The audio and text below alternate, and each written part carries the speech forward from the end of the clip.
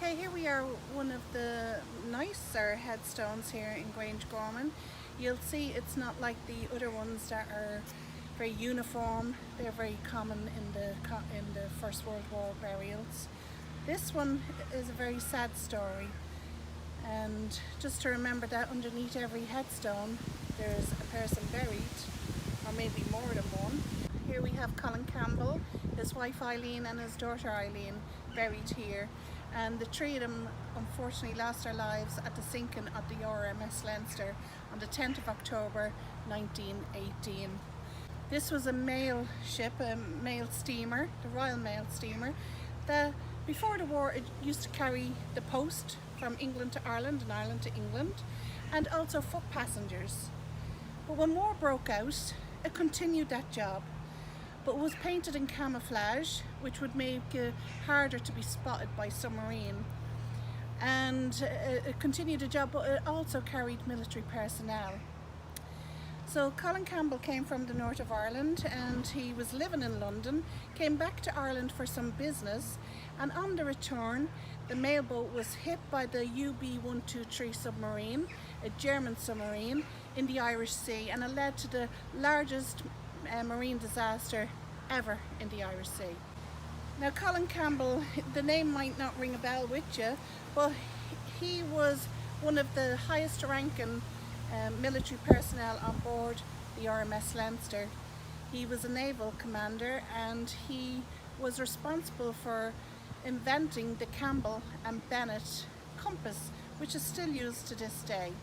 Now as the ship started to sink, his wife and the young daughter, she was about 4.5 years of age, were in the water. And I'm sure you remember seeing the Titanic, the movie, and at one horrendous scene you see a mother holding, clutching tightly her child in her arms. That's exactly how Eileen Campbell and her daughter Eileen were found when they were taken in by the boats. One interesting feature on this headstone is actually the anchor. It has a twofold importance. One, he was naval personnel, therefore an anchor. But the second one is a little slip of paper that was recovered from his pocket, and it was "Cast all your cares to God, by his anchor hold."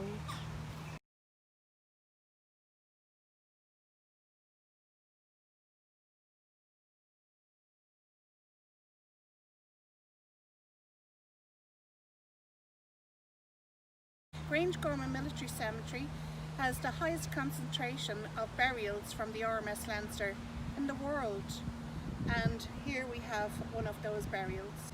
So here we are with Tom Woodgay. He is one of the youngest military personnel killed in the First World War. This headstone has been changed 3 times. He was registered as being 18, but in fact he was only 14. And lots of people go off to Belgium and they go to visit John Conlon's grave, but in fact our boy here was younger than that. Here we are with another notable grave from the RMS Leinster, and we're here now in the officers' plot. So all the high-ranking officials are here, and amongst them is this female, Mae Westwell. And she was stationed over to Ireland, and she worked actually on Infirmary Road, and she got a bit of time off and decided to surprise her family, so she didn't tell them that she was heading over to England on the 10th of October. And as she headed over and that ship was hit, she unfortunately drowned. And when her body was brought ashore, she was brought to King George V's hospital, which then became St. Bricken's.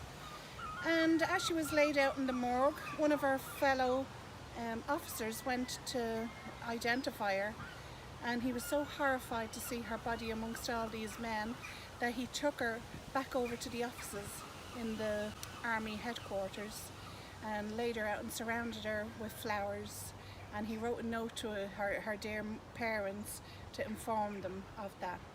And during their centenary event here in 2018, we had somebody come from England to visit the grave of Mae Westwell, and they brought a little wreath with them and laid it here for her, so she is still remembered in the town she came from.